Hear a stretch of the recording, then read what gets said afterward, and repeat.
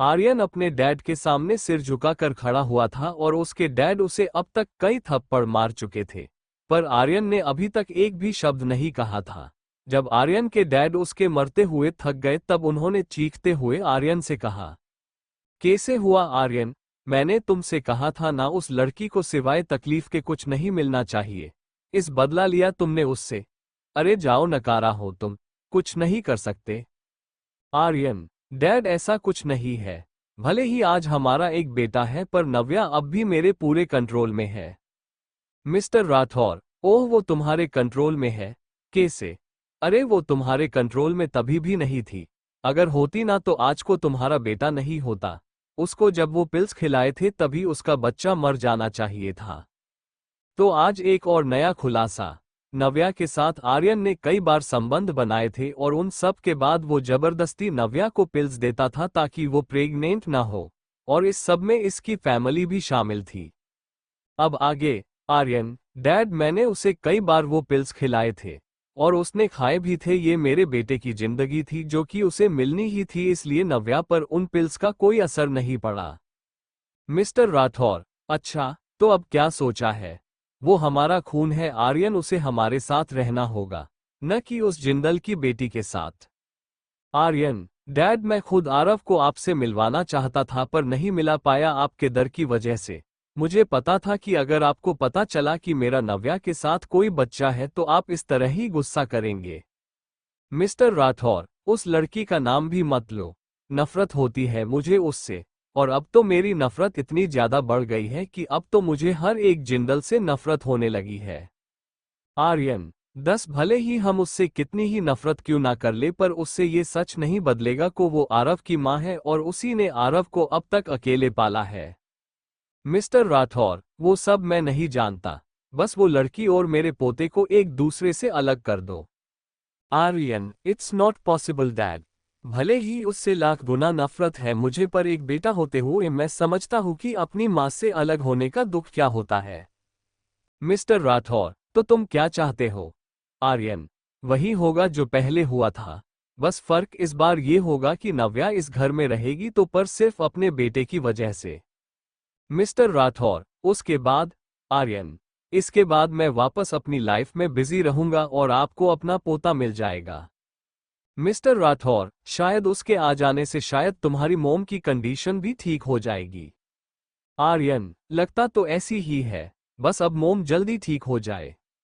Mister Rathore, वो सब छोड़ो और सुनो, कल मुझे मेरा पिता मेरे घर में चाहिए। नहीं आया तो तुम भी यहां मत आना। आर्यन उनकी इस बात पर चुप ही रहता है। वो तो खुद सोच रहा था कि क्या नव्या आरव को उसके मोम डैड से मिलने देगी। रात में नव्या की कार मेहरा मैंशन के बाहर आकर रुकी। आज कपिल से हुई बातचीत के बाद उसका यहां आने का मन तो नहीं था पर अपने बेटे को उसने आज सुबह ही यहां छोड़ा था तो आज तो उसे लेने आना ही पड़ा। नव्या मैंशन के अंदर आए तो उसे कहीं कपिल नबी दिखा और राहुल तो अभी अपने दोस्तों के साथ पार्टी करने गया था। आशी और आरती जी इस वक्त सोफा पर बैठे हुए थे और आरव भी उन्हीं के पास बैठा था, लेकिन वो बहुत ज्यादा है रहा था। दरअसल आशी इस वक्त आरव के पेट में गुदगुदी कर रही थी जिस वजह से आरव इतना ज्यादा हंस रहा था। नव्या ने आते ही आरव को आवाज लगाए, आरव, और जैसे ही आरव ने नव्या की आवाज सुनी वो दौड़ता हुआ नव्या के पास चला आया। भले ही नव्या सिंगल मदर थी और उसने अकेले ही आरव को पाला था और आरव को शुरू से ही अकेला रहने की आदत थी, पर जब भी नव्या अपने घर वापस आती थी तो आरव उसके पास इस तरह ही दौड़ता हुआ आता था। नव्या ने आरव को हग किया और उसे अपने फैसले पर गर्व हुआ कि उसने आरव को मेहरा मैंशन छोड़ दिया था, लेकिन अब उसे मेहरा मैंशन आना छोड़ना पड़ेगा। नव्या ने एक बार सबको देखा और फिर सबको बाय करके आरव के साथ वहां से चली गई। रास्ते में ही उसने आरव को आइसक्रीम भी खिलाए। आरव भी आज इतने टाइम बाद उसके साथ ठीक से वक्त बिता पा रहा था, इसलिए वो भी आज बहुत खुश था। नव्या और आरव इस तरह ही हंसते हुए अपने घर में आए। नव्या ने सामने अपार्टमेंट को देखा तो वो लॉक था। नव्या ने आरव को अपने साथ अंदर अपार्टमेंट में लिया और उसे नहलाने चली गई। वैसे तो आरव खुद ही अपने काम कर लेता था पर नव्या कल की वजह से आज इसका ज्यादा ख्याल रख रही थी। आरव को नहलाने के बाद नव्या ने खुद भी शावर लिया और कुछ डिनर में बनाने के लिए चली गई। वही आरव उसी के पास स्लैब पर चढ़कर बैठ गया और उससे बातें करते हुए उसकी थोड़ी बहुत हेल्प करने लगा। नव्या और आरव इस तरह से ही अपनी लाइफ गुजरते थे और आज काफी समय बाद दोबारा से वही हो रहा था, जिसके वजह से नव्या को बहुत अच्छा लग रहा था। नव्या और आरव का डिनर लगभग बन ही गया था कि तभी डोर बेल रिंग हुई। नव्या ने आरव को डोर खोलने को कहा तो आरव ओके मम्मा बोलकर जल्दी से डोर की तरफ भागा। मगर डोर खोलते ही उसके सामने उसके डैड नहीं थे बल्कि कोई अनजान आदमी था, जिसे देखकर आरव के मन में ढेरों सवाल आ गए और वो उसे ही टुकुर टुकुर देखने लगा। आरव उस अनजान आदमी को अच्छे से एग्जामिन कर रहा था। वो दिखने में तो बहुत अच्छा था, एकदम प्रॉपर ब्लैक सूट में वो बहुत सुंदर दिख रहा था। ऊपर से उसकी हाइट, वो इतना लंबा था कि आरव की उसको देखने में गर्दन दर्द कर रही थी। वही वो आदमी भी आरव को देखे जा रहा था। आरव एकदम मासूम सा दिखने वाला बच्चा था और उसकी आंखें नव्या पर थी, तो नव्या के जैसे आई उसकी आंखों में भी एक अलग ही चमक थी।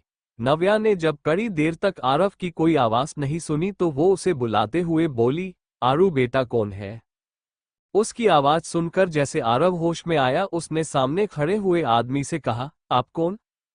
अभी वो आदमी कुछ जवाब देता उससे पहले ही एक और आदमी पर पहले वाले से थोड़ा सा काम हैंडसम उसके सामने आ गया और आरव से बोला, अपनी मम्मा को बुलाओ, वो हमें जानती है।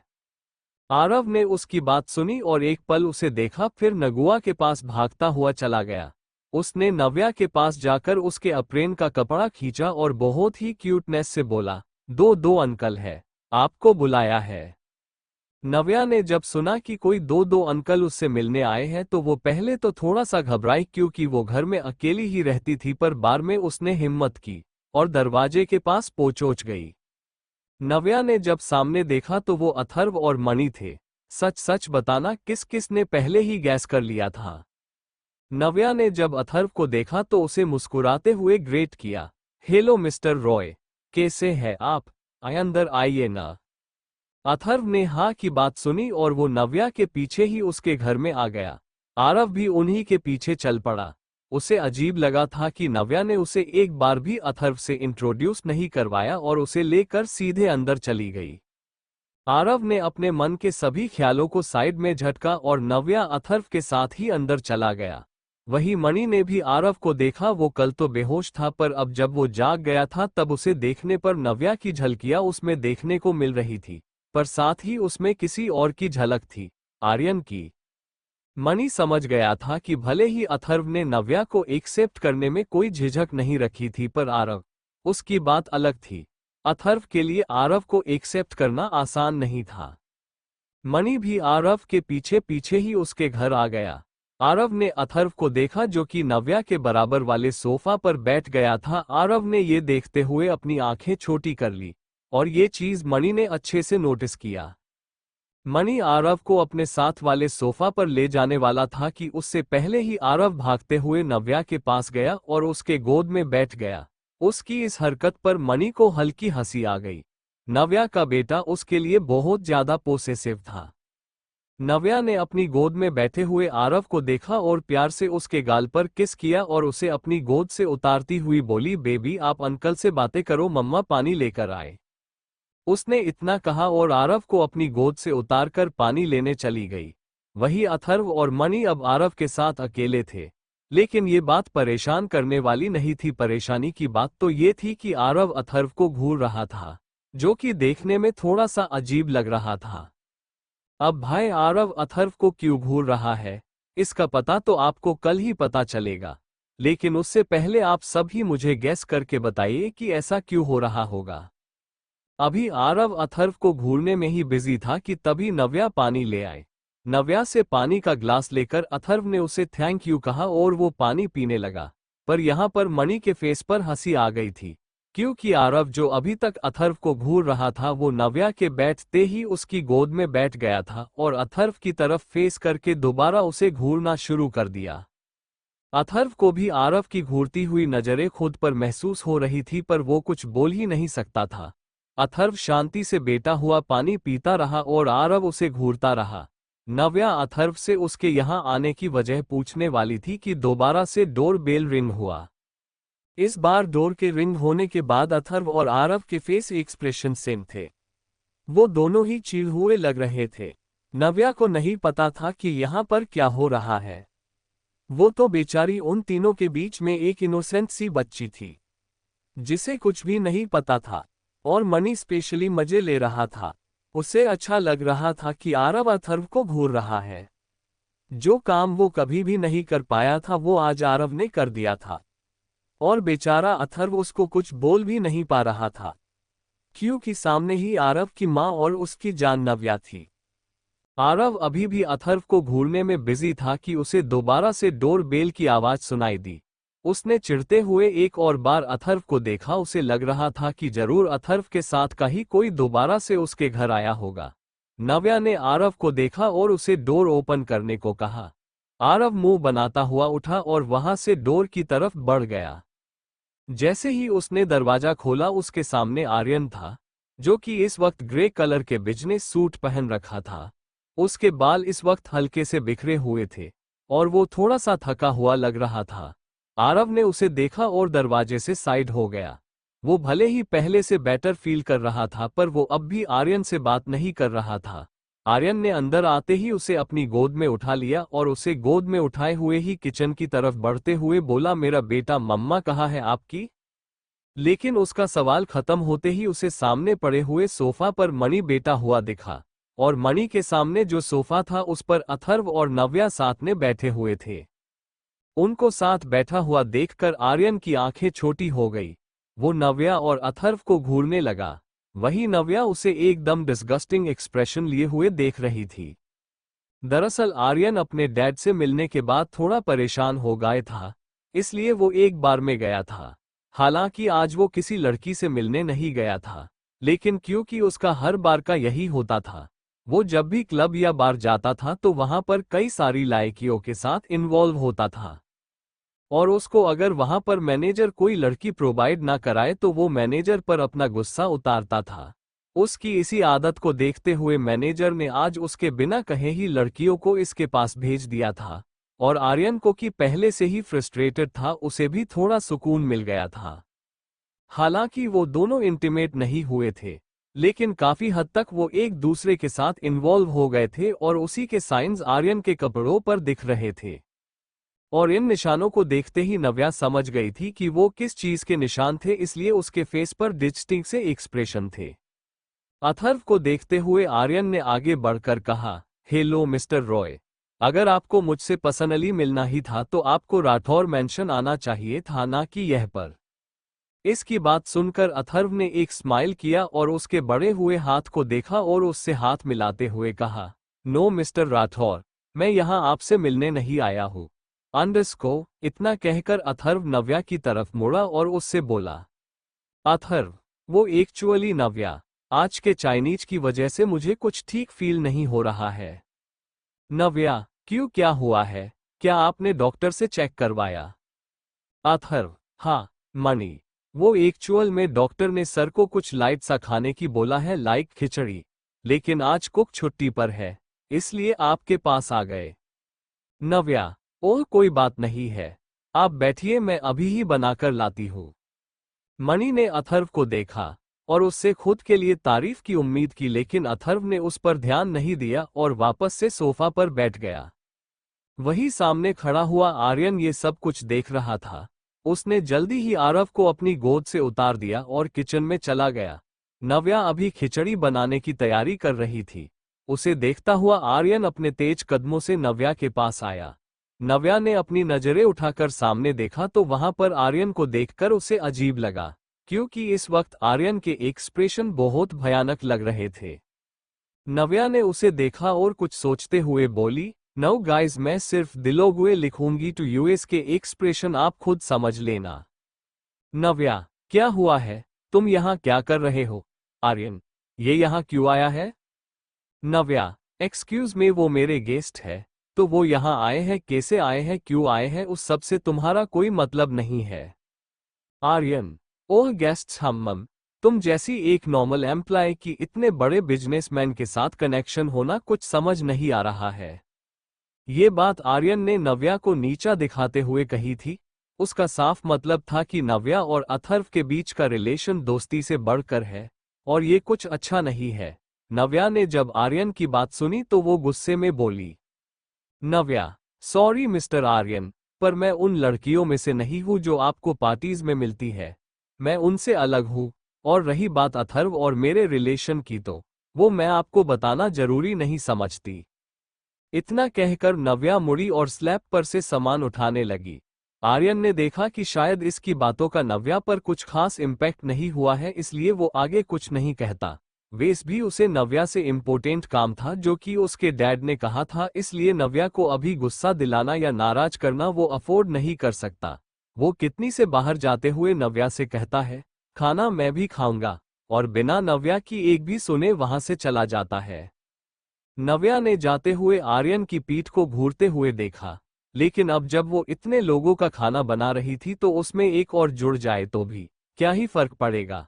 नव्या ने चावल की क्वांटिटी बढ़ा दी और जल्दी जल्दी डिनर बनाने लगी। उसने अपने और आरव के लिए तो वेस पहले ही खाना बना लिया था, पर अब अथर्व ने खुद से आकर उसे खिचड़ी बनाने को कहा था तो उसे बनाना ही था। नव्या ने जल्दी ही डिनर बना लिया। अच्छे से सब कुछ चेक करने के बाद नव्या बर्तन उठाते हुए बाहर चली गई। उसने पूरी डाइनिंग टेबल डेकोरेट किया और खाना लाकर सबको सर्व करने लगी। अथर्व और मणि पास में ही बैठे थे और दूसरी लाइन में आर्यन और आरव बैठे हुए थे। नव्या अभी खड़ी हुई थी। वो सोच रही थी कि वो कहाँ बैठे। अगर वो अथर्व के आस बैठ जाती है तो आर्यन दोबारा से उस पर इल्जाम लगाएगा, और आर्यन के पास वो बैठना नहीं चाहती थी। फिर नव्या हार मानते हुए आर्यन की तरफ जाने ही लगी थी कि अथर्व की आवाज उसके कान में पड़ी जो कह रहा था, I am sorry Navya that I disturbed you at this time, but I was really hungry, hope you are not angry with me. उसके बिना गलती के माफी मांगने पर नव्या के दिल को अजब सी खुशी हुई। आज तक आर्यन ने तो कभी भी उससे किसी भी चीज के लिए सॉरी नहीं कहा था, फिर भी वो उससे पागलों की तरह प्यार करती थी, लेकिन उसे इसकी भी कदर नहीं थी। वही अथर्व उससे सीधे से माफी मांग रहा था, वो भी सिर्फ खाना बनाने के लिए कहने पर। नव्या के फेस पर उसके इतने अच्छे से बिहेव करने की वजह से स्माइल आ गई। उसने उसी तरह मुस्कुराते हुए कहा, it's okay mister Roy, there nothing a problem in making food for you. इतना कहकर यूएस के कदम जो कि आर्यन की तरफ जा रहे थे वो एथेव की तरफ भाग गए, और जब आरव ने नव्या को उधर बैठते हुए देखा तो वो भी नव्या के पास ही आ गया। सामने वाली चेयर पर आर्यन अकेला बटा रह गया था और उस पर किसी का ध्यान भी नहीं गया था। अथर्व ने नव्या के बनाए हुए खाने का पहला बाइट लिया तो उसके फेस एक्सप्रेशन बहुत डिफरेंट थे, और वही मणि उसको ही देख रहा था। वो शांति एहसास खा रहा था और अथर्व को देख रहा था। थोड़ी देर तक इसी तरह के एक्सप्रेशन के बाद अथर्व ने दूसरा बाइट लिया और फिर वो बिना रुके अपनी प्लेट का सारा खाना खत्म कर चुका था। नव्या ने अच्छा खासा खाना बनाया था तो उसे खाना खत्म होने के कोई टेंशन नहीं थी। अथर्व को इतना जल्दी खाता हुआ देखकर मणि को बहुत अजीब लगा।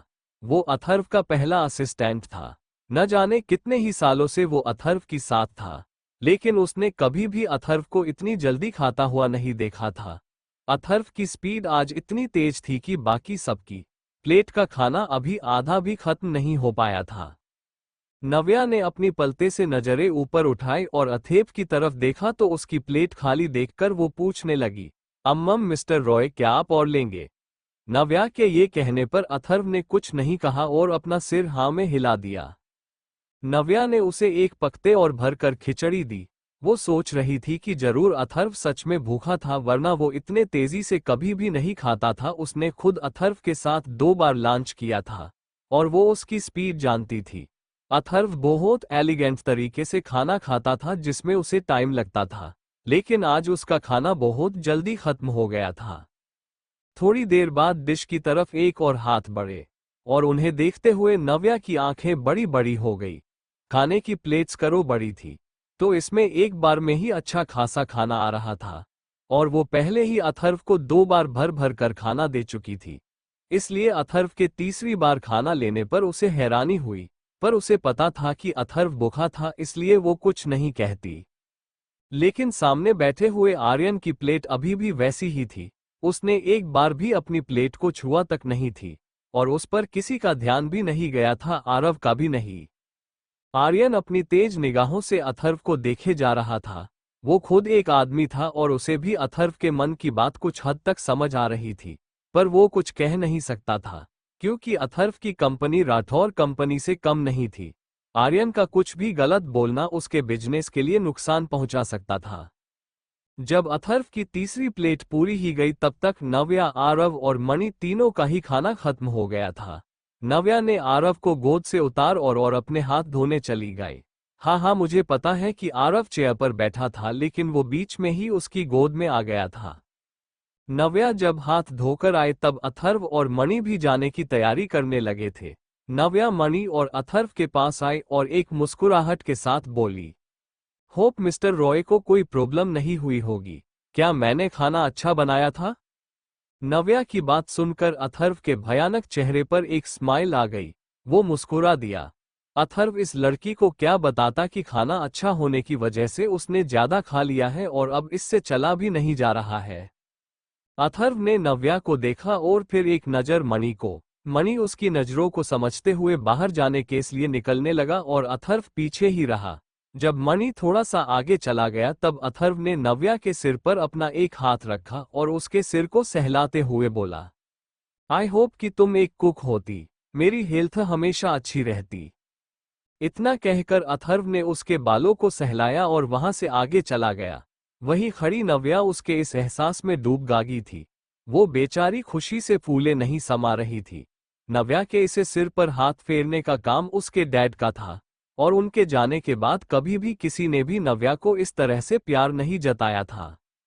नव्या के मन में अथर्व के दिए प्यार के कारण एक अपनेपन का एहसास भर गया था। नव्या मुस्कुराती हुई उसे जाते हुए देखती रही। जब अथर्व वहां से चला गया तब नव्या पीछे पलटी। उसने आरव को देखा और आर्यन को एक नजर देखा। आर्यन के सामने अब भी उसकी प्लेट वैसी ही रखी हुई थी, जिसे देखकर नव्या ने कोई रिएक्शन नहीं दिया और आरव का हाथ पकड़कर उसे रूम में ले गई। बाहर बैठा हुआ आर्यन गुस्से में अपने दांत पीस रहा था। उससे न जाने क्यों अथर्व का यहां आना बर्दाश्त नहीं हो रहा था। उसने गुस्से में आरव के रूम की तरफ देखा और अपने आप में ही बोला, मिस नव्या जिंदल बहुत हवा में उड़ रही हो ना। कल देखो मैं तुम्हारे साथ क्या करता हूँ। तुम्हारी इस हंसी को मैंने रोने में न बदल दिया तो मेरा नाम भी आर्यन राठौर नहीं। इतना केच कर आर्यन गुस्से में उस प्लेट को थोड़ा सा सुर धक्का देता है और अपने अपार्टमेंट में चला जाता है। वही आरव के रूम में नव्या आरव को स्टोरी सुनाते हुए आरव के साथ ही खुद भी से गई थी। नव्या के मन में अथर्व के दिए प्यार के कारण एक अपनेपन का एहसास भर गया था। नव्या मुस्कुराती हुई उसे जाते हुए देखती रही। जब अथर्व वहां से चला गया तब नव्या पीछे पलटी। उसने आरव को देखा और आर्यन को एक नजर देखा। आर्यन के सामने अब भी उसकी प्लेट वैसी ही रखी हुई थी, जिसे देखकर नव्या ने कोई रिएक्शन नहीं दिया और आरव का हाथ पकड़कर उसे रूम में ले गई। बाहर बैठा हुआ आर्यन गुस्से में अपने दांत पीस रहा था। उससे न जाने क्यों अथर्व का यहां आना बर्दाश्त नहीं हो रहा था। उसने गुस्से में आरव के रूम की तरफ देखा और अपने आप में ही बोला, मिस नव्या जिंदल बहुत हवा में उड़ रही हो ना। कल देखो मैं तुम्हारे साथ क्या करता हूँ। तुम्हारी इस हंसी को मैंने रोने में न बदल दिया तो मेरा नाम भी आर्यन राठौर नहीं। इतना केचकर आर्यन गुस्से में उस प्लेट को थोड़ा सा सुर धक्का देता है और अपने अपार्टमेंट में चला जाता है। वहीं आरव के रूम में नव्या आरव को स्टोरी सुनाते हुए आरव के साथ ही खुद भी से गई थी। अब आगे नव्या और आरव तो आराम से सो रहे थे, लेकिन कुछ लोग थे जिनकी नींद उड़ चुकी थी। अपने अपार्टमेंट में शावर के नीचे खड़ा हुआ आर्यन इस वक्त अथर्व के बारे में सोच रहा था। अथर्व एक ऐसा इंसान था जिसके अंदर कभी भी किसी भी कोई नरमी नहीं देखी थी। वो हर किसी के साथ क्रूल था, और जिनसे वो नफरत नहीं करता था उनके साथ भी उसका बिहेवियर कुछ खास अच्छा नहीं था। वो दूसरों के साथ हमेशा नाक मुंह सुकेट कर ही मिलता था। लेकिन आज अथर्व के चेहरे के भाव आर्यन अच्छे से समझ गया था, और ऊपर से अथर्व का नव्या के बाल सहलाना, ये काम तो कोई अपना ही करता है और अथर्व नव्या का कोई अपना तो नहीं था, फिर भी इतना प्यार से उसके साथ बात करना। आर्यन को उस डाइनिंग हॉल में ही हर एक बात याद आ रही थी, और यही सोच सोच कर उसका मूड खराब हो रहा था। कहाँ वो आज नव्या से आज अच्छे से बात करने आया था और कहाँ अथर्व को देखकर उसके मन के भाव जो कि अच्छे थे वो बिगड़ गए थे। फिर जैसे अचानक आर्यन के दिमाग में कुछ क्लिक किया। वो जल्दी से शावर बंद किया और एक टॉवल अपनी टांगों पर लपेटकर बाहर चला आया। थोड़ी देर में ही वो नव्या के अपार्टमेंट के सामने था। वो बिना किसी झिझक के आरव के रूम में अंदर चला गया। अंदर आकर उसने नव्या को सुकून से सोता हुआ देखा। वो आज भी आरव के छोटे से बेड पर सिकुड़कर सो रही थी। नव्या को सोता हुआ देखकर आर्यन ने एक शैतानी स्माइल की ओर नव्या की तरफ कदम बढ़ाए। नव्या के पास पहुंचकर उसने आरव को उससे थोड़ा सा अलग किया और नव्या के चेहरे पर धीरे धीरे झुकने लगा। आर्यन ने नव्या के चेहरे पर देखा और उसके गाल पर जोर से बाइट किया। ये बाइट इतना तेज था कि सोती हुई नव्या जाग उठी। उसके मुंह से एक चीख निकल गई, लेकिन तभी आर्यन ने उसके मुंह पर हाथ रख दिया और उसे घूरते हुए बोला, आवाज नहीं निकलनी चाहिए, वरना मैं इससे भी ज्यादा बढ़ूंगा। और अगर तुम्हारी इन चीखों से आरव जग गया तो उसे क्या जवाब देना है वो तुम खुद सोच लेना। इतना कहकर आर्यन खुद को नव्या के ऊपर फोर्स कर रहा था। नव्या उसकी चेस्ट पर अपने हाथ रखे और उसे खुद के ऊपर से हटाते हुए बोली, मुझसे दूर रही आर्यन। तो जो मुझे चाहिए वो दे दो। तारांकन, क्या चाहिए तुम्हें? मैं भूखा हूं, मुझे भी खाना बना कर दो। क्या? आर्यन की बात सुनकर नव्या हैरानी से उसे देख रही थी। उसकी बड़ी बड़ी आंखों में सवाल था, लेकिन फिर कुछ सोचकर उसने चीढ़कर आर्यन से कहा, जब मैंने पहले खाना बनाया था तब क्यों नहीं खाया? सबसे पहले तो हटो मेरे ऊपर से।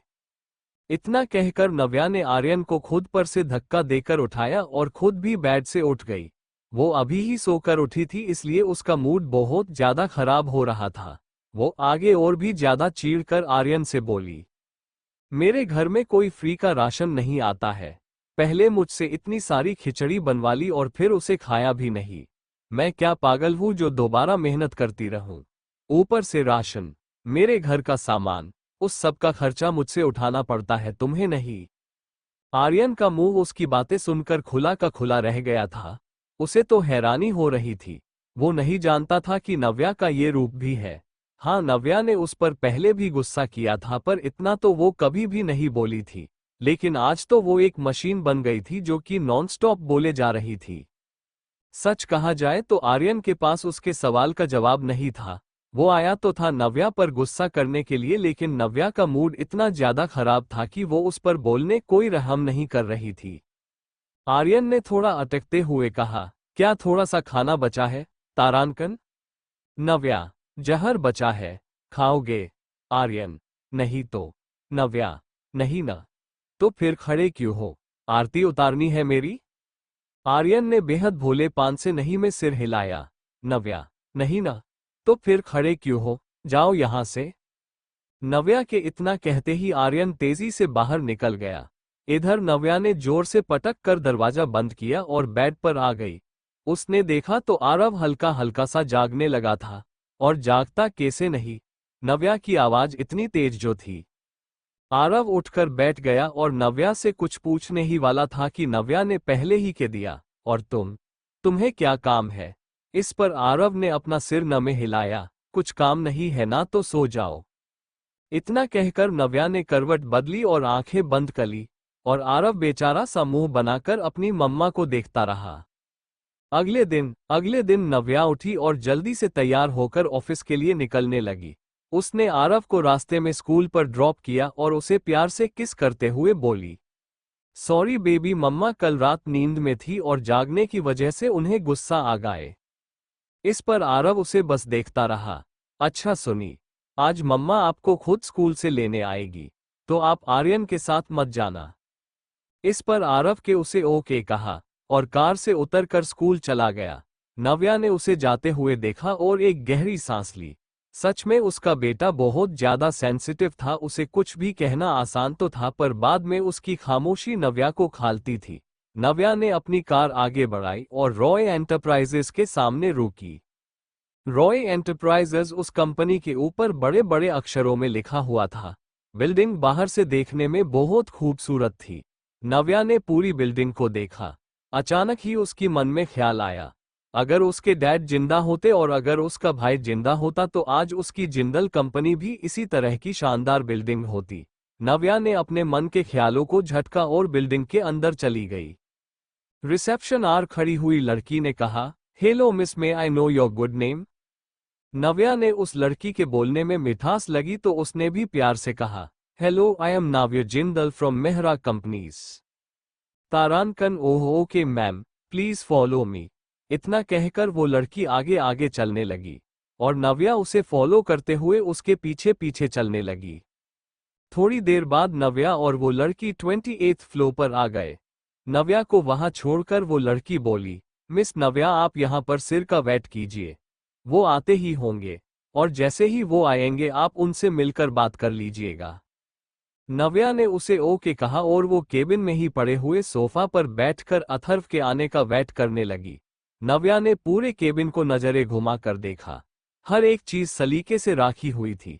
इसी तरह पूरे केबिन को एक्सप्लोर करते हुए नव्या केबिन में बनी हुई बड़े से गेट की तरफ चली गई। वो एक बालकनी थी। नव्या को वो बेहद खूबसूरत लग रही थी। नव्या अपनी ही बेख्याली में कब वहां पर आ गई उसे पता ही नहीं चला। नव्या अभी भी वहां के नजारे को देखे जा रही थी कि तभी उसे अपने पीछे से एक भारी सी आवाज आई, व्यू कैसा है, अच्छा लगा? ये आवाज सुनते ही नव्या उछल पड़ी। वो अपने ख्यालों में थी लेकिन अथर्व के इस तरह से बोलने पर वो पूरी उछल गई थी।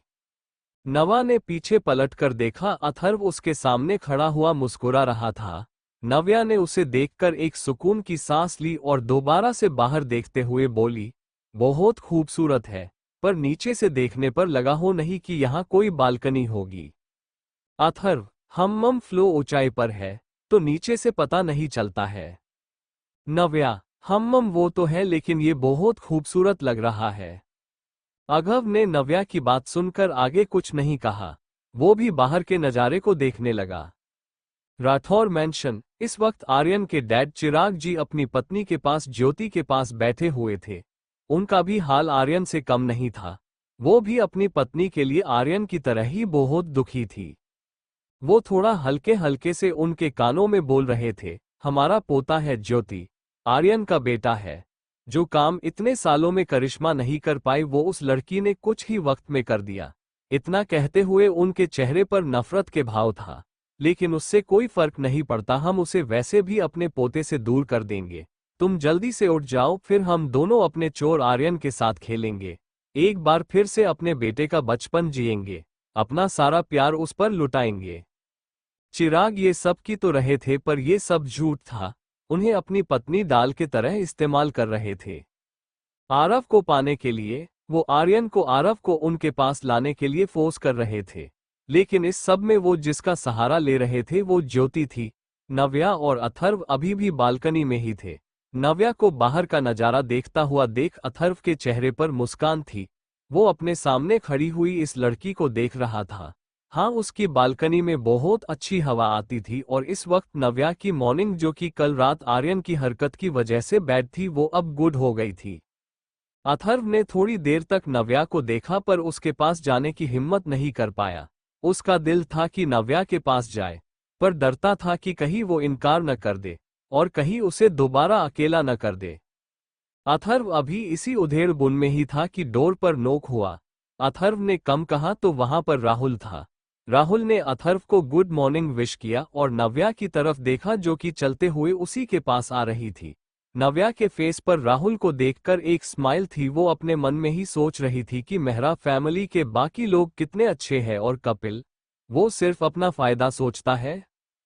अथर्व ने नव्या और राहुल को बैठने को कहा और मणि को कॉल करके बुलाया। जब मणि अंदर आया तब अथर्व ने उसे नव्या और राहुल से मिलवाया और उन्हें इनके केबिन तक ले जाने को कहा। साथ ही वो उन्हें मोटिवेट करते हुए बोला, mister Rahul and miss Navya, mister Mehra ने मुझे बताया था कि आप दोनों खुद की कंपनी खोलने का इरादा रखते हैं। इस पर राहुल और नव्या ने एक दूसरे को देखकर अथर्व को हाँ में सिर हिला दिया। अथर्व ने उनकी इस हरकत पर स्माइल किया और आगे बोला, मिस्टर मेहरा ने आपके सामने शर्त रखी थी, वही सेम शर्त मेरी है। अगर फैशन वीक अच्छा रहा तो आपको मेहरा कंपनीज के साथ साथ रॉय एंटरप्राइज का भी पूरा सपोर्ट मिलेगा। इतना सुनते ही नव्या और राहुल के दिलों में एक उम्मीद जाग गई थी। वो दोनों ही जानते थे कि रॉय एंटरप्राइज की ताकत क्या है। सच कहा जाए तो राठौर एंटरप्राइजेज ही रॉय एंटरप्राइज के आगे चोरी थी। थोड़ी देर और कुछ बातें करने के बाद अथर्व ने नव्या और राहुल को उनके केबिन में जाने की परमिशन दे दी। राहुल जब अपने केबिन में आया तो वो हैरान रह गया। सच में पूरा केबिन कितना ज्यादा साफ था और सब कुछ वहां सलीके से रखा हुआ था। पूरे केबिन की थीम वाइट थी। राहुल ने मेहरा कंपनीज के अपने डैड के केबिन को याद किया और अपने केबिन को देखा। वो दोनों ही केबिन खूबसूरती में एक दूसरे को मात दे रहे थे। वही नव्या जब केबिन में आया उसका भी दिल खुश हो गया। उसने आसपास नजरें घुमाकर देखा। जिस तरह अथर्व के केबिन में बालकनी थी वैसी वहां नहीं थी, पर वहां पर एक खिड़की थी और उसके पास छोटे छोटे से पौधे रखे हुए थे। नव्या नेचर लवर थी और उसे यहाँ पर अपने पास ही नेचर मिल रहा था तो उसे बहुत ज्यादा खुशी हो रही थी। नव्या ने पूरे केबिन को घूम घूम कर देखा, लेकिन उसे वहां पर एक भी कमी नजर नहीं आई। नव्या ने अपने आप में ही कहा, रॉय एंटरप्राइज की हर एक चीज बिल्कुल परफेक्ट है, बिल्कुल अपने बॉस की तरह। इतना सोचते हुए नव्या अपने आप में ही मुस्कुराई और अपना काम करने लगी। दूसरी तरफ आर्यन आज अपने ऑफिस जाने के बजाय आरव के स्कूल चला गया था। वो आज आरव को अपने साथ ले जाने आया था ताकि उसे अपनी मां और पिता से मिलवा सके। इसलिए आर्यन भी जल्दी से कैजुअल क्लोथ्स में रेडी हुआ और आरव के स्कूल के लिए निकल गया। जब आर्यन की कार स्कूल के सामने आकर रुकी तो गार्ड ने बेझिझक उसके लिए दरवाजा खोला। अब वहां के लगभग पूरे स्टाफ को ही पता था कि आरव के पिता आर्यन है, पर आरव की सेफ्टी पर्पस से ये बात टीचर्स को किसी को भी बताना अलाउ नहीं किया गया था। आर्यन ने अपनी कार पार्क की और आरव को बुलाने को कहा। थोड़ी ही देर में छोटा सा आरव अपना स्कूल बैग लिए हुए स्कूल से बाहर निकल। वो इस वक्त बहुत क्यूट लग रहा था। आर्यन ने उसे देखते ही गोद में उठाया और प्यार से उसके गाल पर किस करके बोला, आज आप डैडी के साथ चलोगे आरव? लेकिन स्कूल का छुट्टी नहीं हुआ है, हम कैसे जाएंगे? दरअसल आर्यन आज आरव को हाफ डे में ही लेने आ गया था, इसलिए आरव उससे ये सब सवाल कर रहा था। आर्यन ने उसे समझाते हुए कहा, डोंट वरी डैडी, आपको आज हाफ डे में ही ले जाएंगे। आरव, मम्मा ने माना किया था। ये बात आरव ने थोड़ा सा डरते हुए कही थी। हालांकि नव्या ने आज तक उस पर गुस्सा नहीं किया था, लेकिन फिर भी जब आरव उसके साथ चलने को मना कर रहा था तो उसे थोड़ा बुरा लग रहा था और आर्यन के फेस एक्सप्रेशन को देखकर डर भी लग रहा था। आर्यन, मम्मा ने क्या मना किया था? आरव, डैडी के साथ जाने को। उंगली से दाहिनी और इशारा उंगली से बाएं और इशारा उंगली से दाहिनी और इशारा उंगली से बाएं और इशारा उंगली से दाहिनी और इशारा उंगली से बाएं और इशारा। ये बात आरव ने अपनी फिंगर्स को इस तरह जॉइंट करते हुए कही थी। आर्यन, उसकी टेंशन तुम मत लो, वो कुछ नहीं बोलेगी, स्पेशली आज तो बिल्कुल नहीं। ये कहते हुए आर्यन के फेस पर एक डेविल स्माइल थी, शायद वो कुछ करने वाला था। आरव, लेकिन मम्मा आर्यन, डोंट वरी। इतना कहकर आर्यन आरव को अपनी कार में बैठा देता है और उसे अपने साथ कहीं के जाने लगता है। आरव आर्यन के साथ जा तो रहा था, पर उसका पूरा ध्यान नव्या पर ही थे। वो नहीं चाहता था कि आज आर्यन उसे अपने साथ कहीं के जाए। नव्या के मना करने के बाद ऐसा कोई काम नहीं होता था कि आरव कर दे। वो हमेशा नव्या की तरफ बहुत ओबीडेंट था, इसीलिए नव्या उससे ज्यादा इरिटेट नहीं होती थी। लेकिन आज आरव नव्या के अगेंस्ट जा रहा था, और वो भी आर्यन की वजह से, इसलिए अंदर से उसका मैन बहुत दुखी था। जल्दी ही आर्यन की कार एक बड़े से मैंशन के सामने आकर रुकी। वो आरव को अपनी कार से बाहर निकालता है और उसे अपने साथ उस मैंशन की तरफ बढ़ने लगता है। आरव, जो कि आर्यन के साथ अंदर जा रहा था, उसने उस मैंशन के मेन गेट पर लिखे हुए शब्दों को पढ़ा, जिनके साफ अक्षरों में लिखा था, राठौर मैंशन। आरव ने नाम तो पढ़ लिया था, लेकिन वो न जाने क्यों अंदर नहीं जाना चाहता था। न जाने क्यों इस घर से उसे अच्छी वाइब्स नहीं आ रही थी, लेकिन आर्यन के खींचने के कारण उसे जाना ही पड़ा।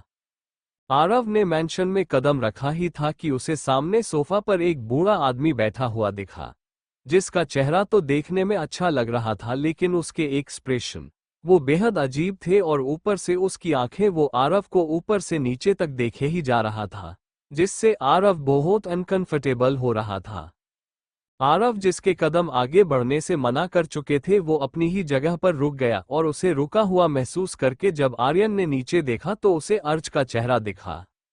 आर्यन ने नीचे झुककर उसे अपनी गोद में उठा लिया और उसके कान में हल्के से बोला, वो कुछ नहीं करेंगे। वो कौन है? वो दादाजी है आपके। इतना सुनकर आरव ने सामने देखा और दोबारा से उसके सामने वही बुढ़ा इंसान बैठा हुआ था। आरव के मन का डर उस वक्त भी कुछ कम नहीं था। केली आर्यन के कहने के कारण उसके मन में एक तसल्ली थी। वो आर्यन की गोद में ही था और आर्यन उसे अंदर ले जा रहा था। जब आर्यन उसके सामने आकर रुक गया था तो उसने आरव को अपनी गोद ऐसे उतारकर उस इंसान के सामने बढ़ा दिया। वही चिराग जी अरब को देखते हुए ऐसा लग रहा था जैसे वो आर्यन को देख रहे हो जो कि छोटा हो गया है। आरव उनकी गोद में जाने से डर तो रहा था, लेकिन आर्यन ने उसे सीधे से उनके गोद में आरव को दे दिया था। उसके पास कोई और ऑप्शन नहीं था।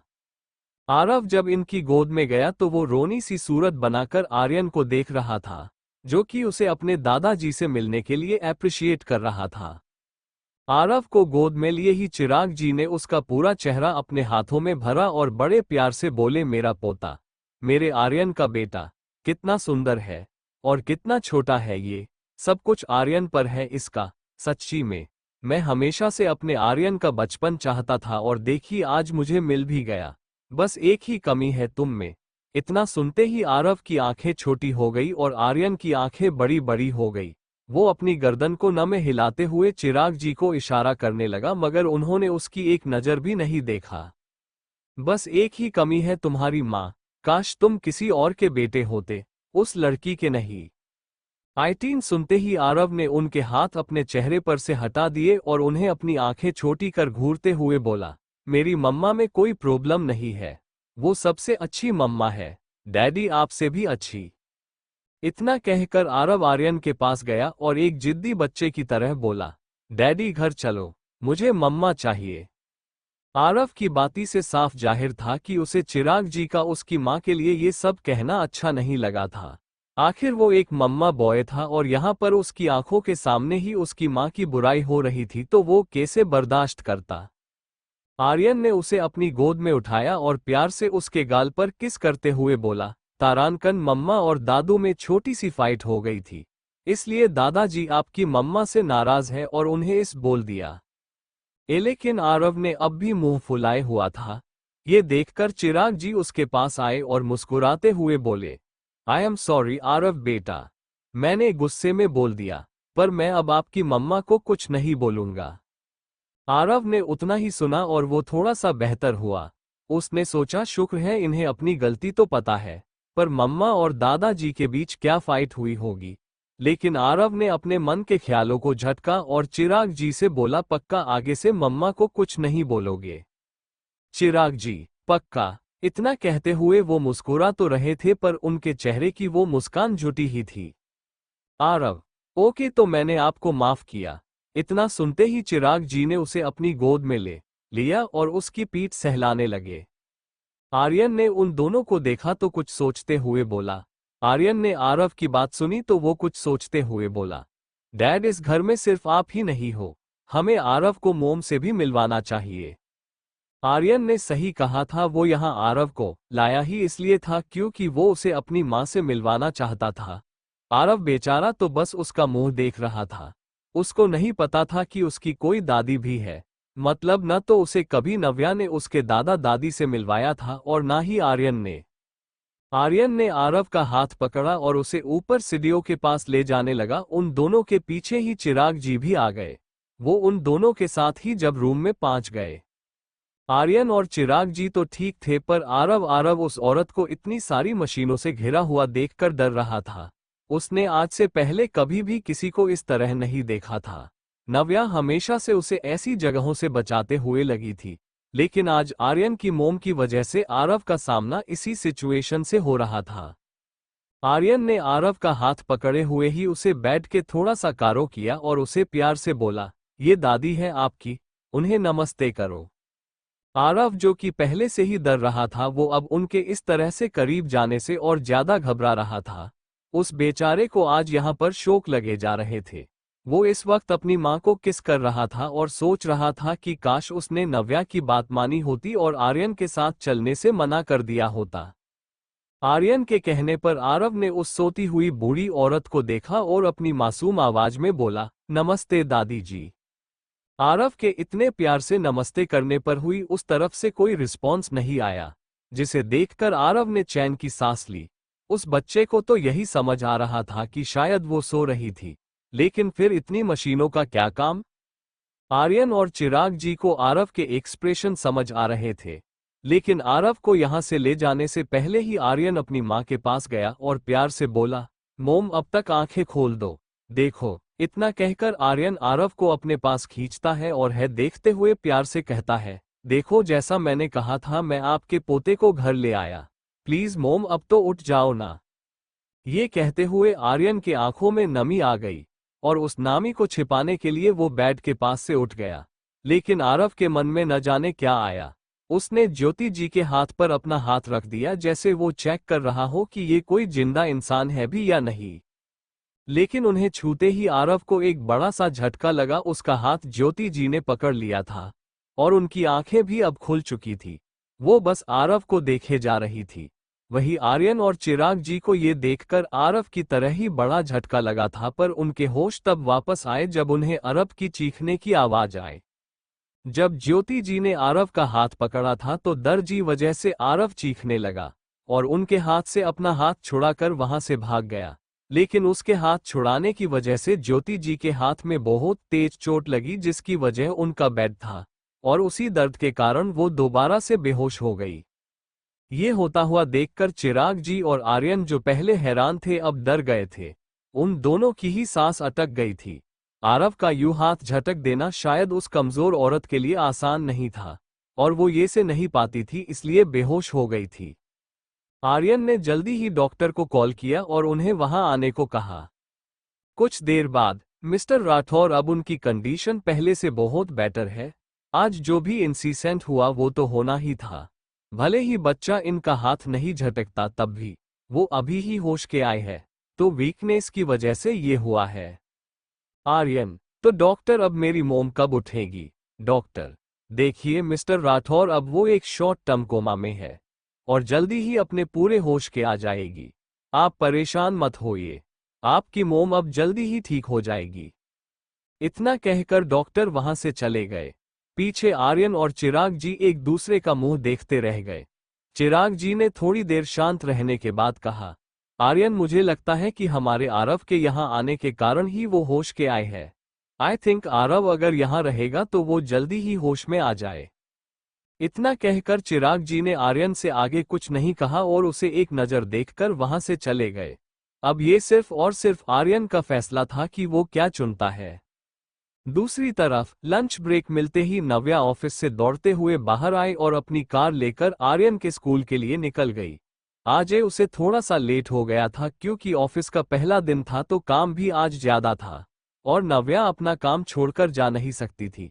आखिर अथर्व के सामने उसे अपनी अच्छी इमेज बनानी थी। थोड़ी देर में ही नव्या स्कूल पहुंच गई थी।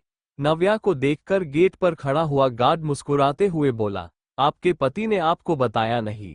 वो आज हाफ डे में ही आरव बेटा को ले गए। इतना सुनते ही नव्या का दिमाग चक्कर खाने लगा था। पिछली बार जब आर्यन उसे हाफ डे में लेकर गया था तो वो सीधे राठौर मैंशन ही था जहां उसे आरव मिला था, और आज एक और बार वही हुआ था। आज फिर आर्यन आरव को अपने साथ कहीं के गया था। नव्या ने उस गार्ड को ओके कहा और वहां से अपनी कार में चली गई। उसने जल्दी ही आर्यन को कॉल की, लेकिन पूरी रिंग जाने के बाद भी किसी ने कॉल पिक नहीं किया। नव्या को अब तक समझ आ गया था कि आर्यन आरव को कहां लेकर गया होगा।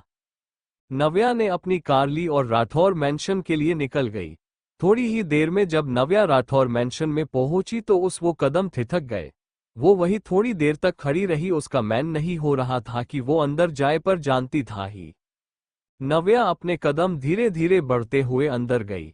जब वो अंदर आई तो घर का हर एक सर्वेंट उसे देखकर हक्का बक्का था, खास करके पारुल। उसने आज 5 साल के बाद नव्या को देखा था, लेकिन नव्या ने उसे देखकर भी इग्नोर कर दिया और आर्यन को चीखते हुए आवाज लगाए। उसकी आवाज में एक गुस्सा था, वही ऊपर आरव को चुप करवाया हुआ आर्यन जिसने ये आवाज सुनी वो थोड़ा हैरान हो गया।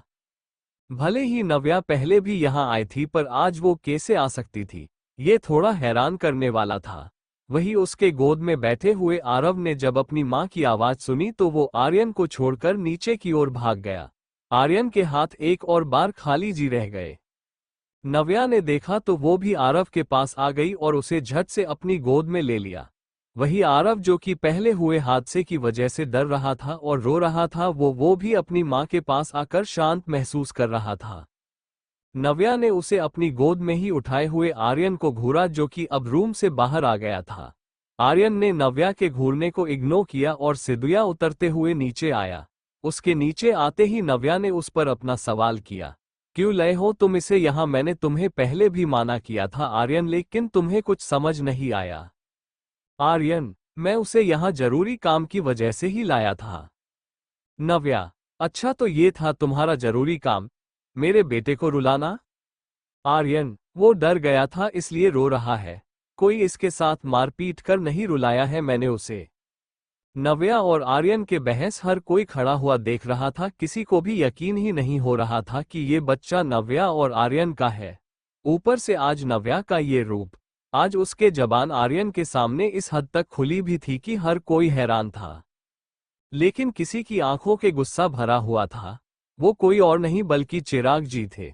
उन्होंने बिना कुछ कहे ही अपने कदम नव्या और आर्यन की तरफ बढ़ाए।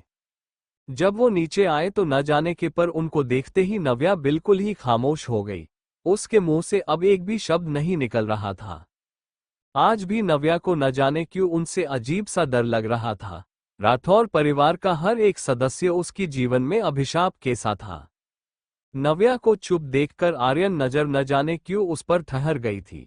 नव्या की नजरों को खुद पर महसूस करते हुए चिराग जी ने उसकी गोद से आरव को लिया और वही के एक सर्वेंट को देते हुए बोले, पारुल, आरव को आर्यन के रूम में ले जाओ और जब हम आवाज दे तभी लाना। पारुल ने उनकी बात मानते हुए रोते हुए आरव को नव्या की गोद से ले लिया और जबरदस्ती उसे आर्यन के रूम में ले जाने लगी। जब पारुल आरव को ले गई तब चिराग जी नव्या के सामने आकर खड़े हो गए। उन्होंने नव्या को देखा और उसे देखते हुए बोले, हम्मम, काफी बदल गई हो तुम। इस पर नव्या ने कुछ जवाब नहीं दिया। चिराग जी ने खुद को इग्नोर होता हुआ देखा तो एक स्माइल किया और नव्या को दोबारा से एक टक देखते हुए बोले, आरव हमारा खून है तो वो यही रहेगा हमारे पास, राठौर मैंशन में, अपने दादा दादी के पास। इसके आगे उन्होंने कुछ नहीं कहा और नव्या को देखते हुए घर से बाहर चले गए। आर्यन ने उनके जाने का वेट किया और जब वो बाहर चले गए तो आर्यन नव्या की तरफ मुड़ा और उसे देखते हुए बोला, चलो मैं तुम्हें कुछ दिखता हूँ। ये कहकर नव्या का हाथ पकड़ते हुए उसे ऊपर ले जाने लगा। नव्या भी आज चुपचाप उसके पीछे पीछे चल दी। आर्यन और नव्या एक कमरे के बाहर आकर रुके। आर्यन ने दरवाजा खोला और नव्या को अंदर की ओर धकेला और खुद भी उसके पीछे पीछे आ गया। नव्या ने जब अंदर का नजारा देखा तो उसकी आंखें फटी की फटी रह गई।